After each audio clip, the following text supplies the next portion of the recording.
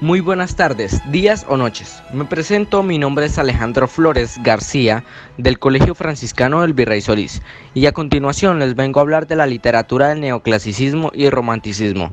Estos dos movimientos literarios surgieron en el siglo XVIII y en el siglo XIX respectivamente. Ahora, teniendo claro estos dos movimientos, empezamos primeramente hablando de la literatura del neoclasicismo.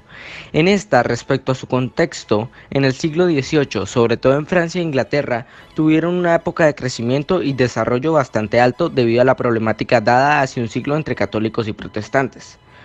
Esto hizo que la actividad religiosa se separara más del ámbito público, dando como resultado un mayor poder político, económico y judicial hacia los reyes, y concluyendo que al separar ámbitos religiosos se diera como consecuencia una gran pérdida por parte de la Iglesia en el ámbito político, haciendo que los monarcas utilizaran dicho poder en el pueblo, pero sin contar con su opinión a la hora de cerrar decisiones. A esto se le llamó el despotismo ilustrado. Por otro lado, la clase alta mantuvieron sus preeminencias, mientras que la burguesía seguía su camino hacia el poder, razón por la cual se impulsó la Revolución Francesa, y en esta se pasó de una monarquía absoluta a una república, es decir, el pueblo contaba con más poder. A este siglo se le llamó el siglo de las luces, entendiendo las luces como la razón. Durante este periodo se originó la Ilustración, cuyo mayor objetivo fue erradicar la superstición y la ignorancia. De la mano de esta corriente igualmente se dio el neoclasicismo, que tomó el modelo de las antigüedades grecolatinas. La literatura del neoclasicismo no tenía como objetivo entretener a las masas, sino difundir las ideas y el conocimiento. Sus temas más destacados fueron de carácter filosófico, político, económico, social y cultural.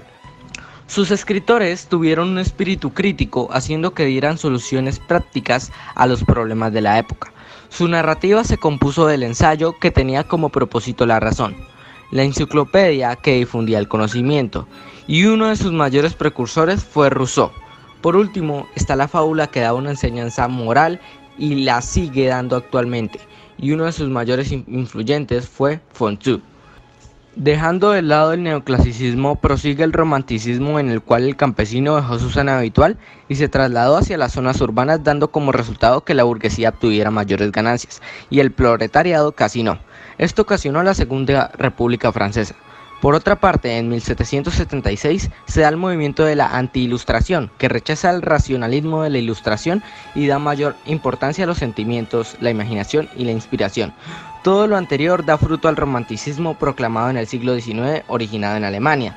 Sus características por tener estilo exaltado, tener interés por el pasado nacional, por el folclore y la cultura popular.